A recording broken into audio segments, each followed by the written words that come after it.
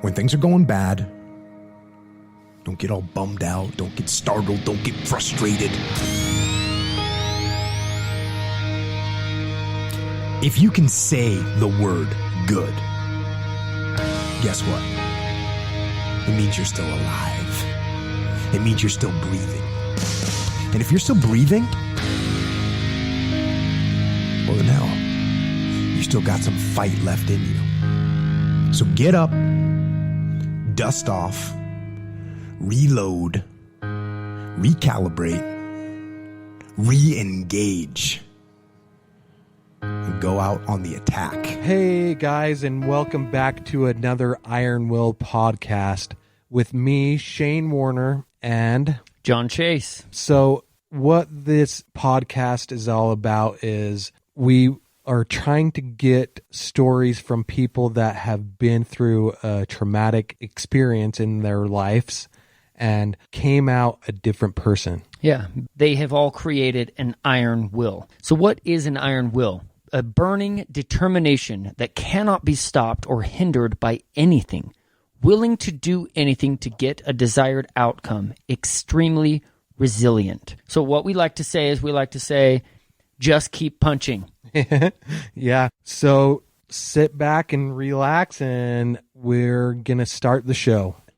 So today we have John Busch on the podcast with us, and how I know John Busch is through John Chase. That's right. And so they're kind of neighbors, if I'm not mistaken. Yeah, we're pretty close. And then I think we're brothers, just because we have different mothers, but we're brothers. He's like brothers literally from different mothers. Literally one of my best friends. Amen. Totally. And our families are like the closest I think families can get. Seriously. So you didn't know him like when you were in school? No. I only met him about probably 4 years ago. Okay. About that, yeah. Yeah, about 4 years ago. So where did you guys meet? I was actually, well, I'll have John share that. Go ahead. Yeah, so John was sharing his wellness knowledge one evening seminar, just learning about men's health and all these different great topics, and just felt drawn to get to know this man on a bigger level, a better level, deeper level. Mm-hmm. And I have one sister growing up, so I was like always loved just being able to connect with men that I could see had depth of character. That's the only sibling you had? That's it. Okay. One sister. Yeah. Okay. So Johnny was, we kind of started working out together a little bit after that, and I was like, I'm going to know this man for the rest of my life. Yeah. So. Yeah, for sure. That's awesome. Yeah, great connection.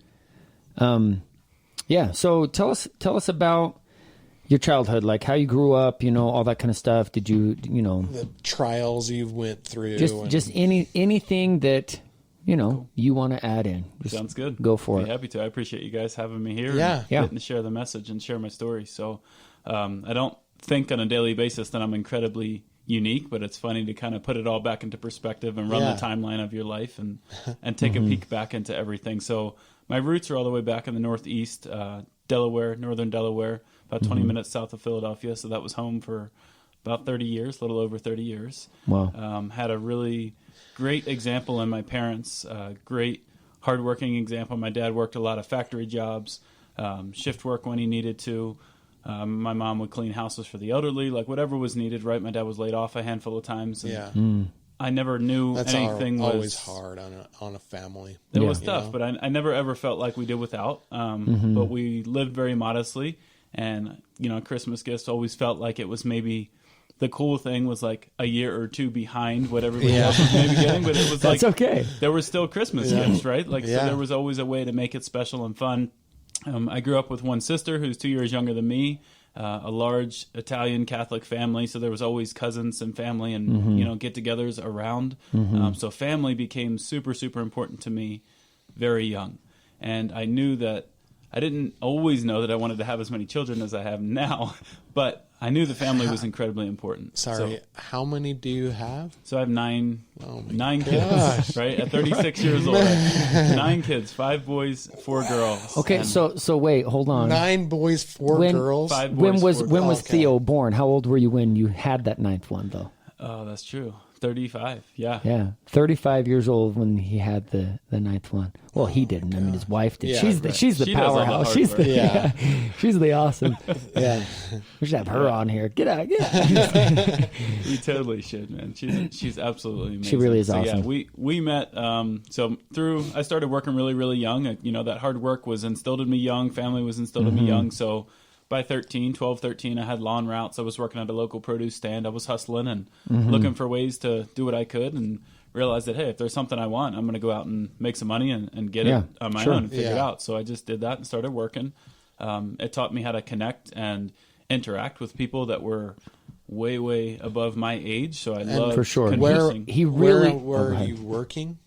So different, just cutting grass for elderly couples around the neighborhood and just kind of hustling different jobs. Working at fruit stands stuff like that. That's awesome. I like that. Yep. You see, this guy has just an incredible work ethic. From the time that I've known him, he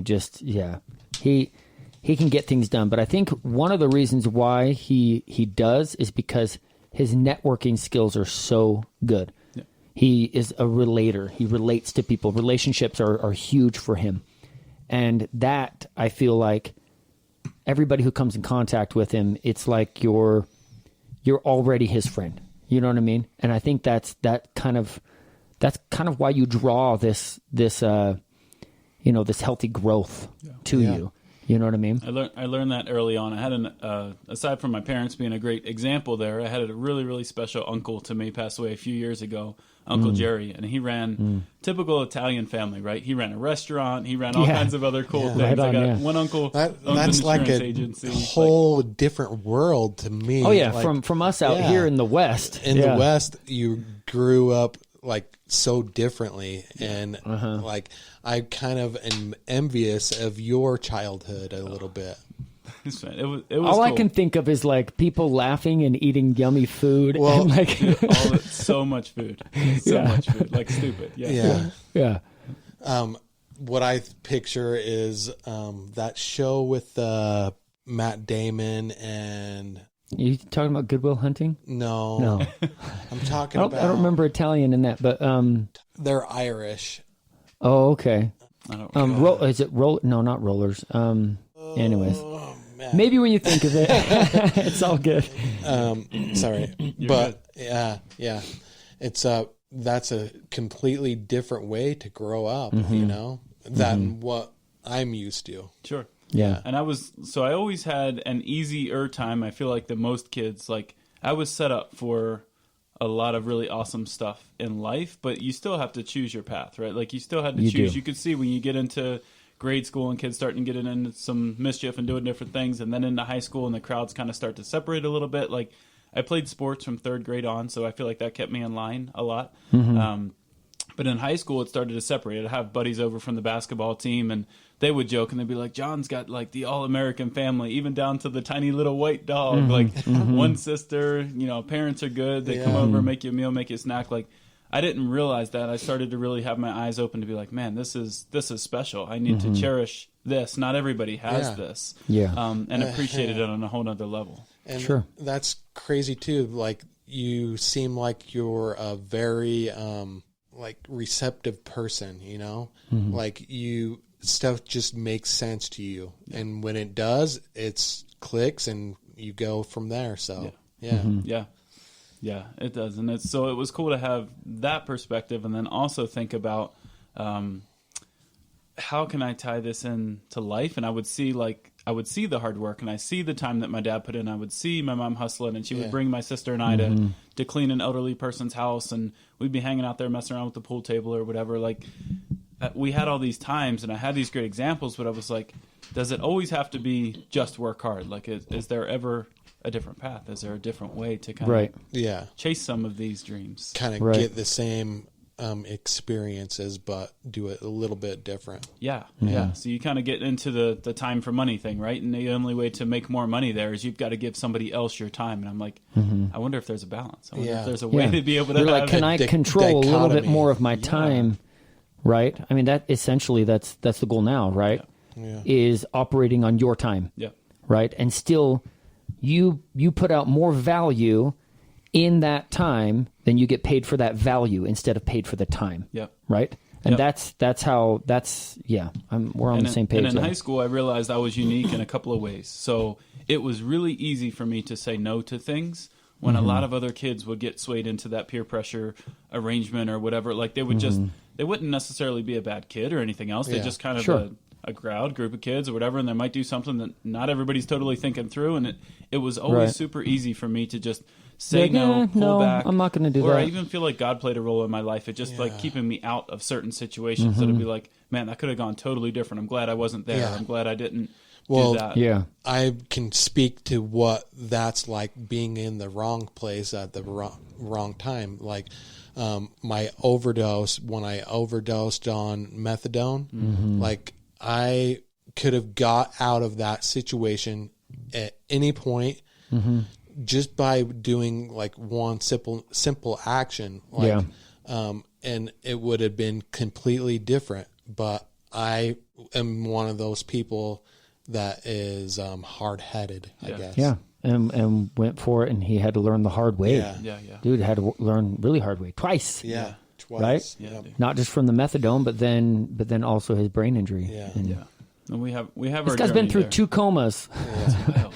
This is crazy. That's wild. So we have our different. I feel like our paths come from different ways, and I know you mentioned at the beginning, Johnny, was like speak to the financial route. Like that's where I feel like most of my trials have shown up over and over and over again. Like we've been blessed in a lot of ways. Like I was blessed with good health. I was blessed with good parents. Like there's a lot of things. You didn't do I have to be drugs. You thankful didn't for. get No, into never like touched all that alcohol, kind of never stuff. Yeah. smoked. Like it didn't even kind of appeal to me, and I think it's because I played sports and I didn't even fully understand like nutrition. Nobody ever talked. None of my coaches. They were like, "Yeah, stretch, exercise, do your best." Like I hit the weight room, but I didn't understand nutrition. Like it just was kind of intuitive for me to just steer clear of some of that stuff. And part of it was, I feel like it was again God's hand in my life to just say like, you need to remain in control. You need to remain in control at all times. So in some points that played out really, really well for me to be there as a voice of reason and a sounding board for some of my friends to be like, hey man, come on. Like, are you really thinking about it? Are you really sure that you're going to be You're here? literally thinking moment to moment instead of like, you had more of a broader picture of things. Yeah.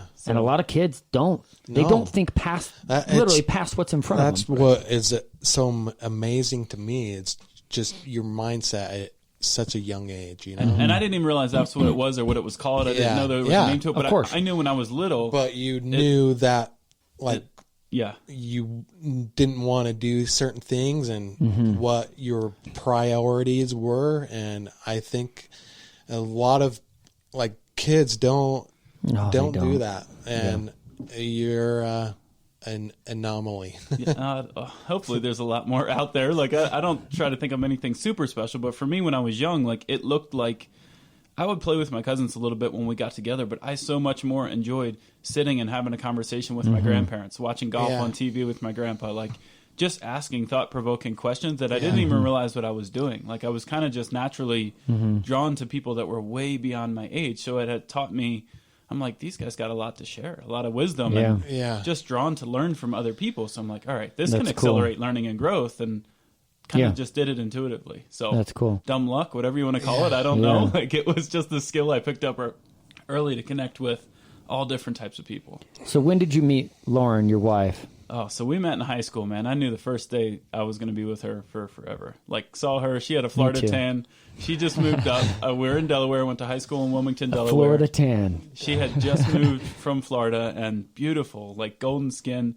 Was kind of wearing clothes like we were at a charter school, so it wasn't a formal dress code, but it was like polo shirt and khakis kind of a thing. Yeah. But I'm like, how did she find a way to make like something look so something that right? everyone else is wearing? Yes. But if you she made it work, good, right? She made it stand out, and everybody else noticed too. And I was like, there's gonna be a battle here. I'm gonna have to fight for this one, right? Because we came in and it's 10th grade, and let me tell you, like juniors, seniors, everybody noticed, like the new girl in school, and she got attention. But it was awesome. We started dating a few months after, and been together ever since. So I was 15 years How old. did you won her 15. over? You were 15. So, like, that's what I want to know. Like, how did you win her over? Like, what was your first conversation with her? Like, hey, let me show you where the lockers are. I mean, like, what was the...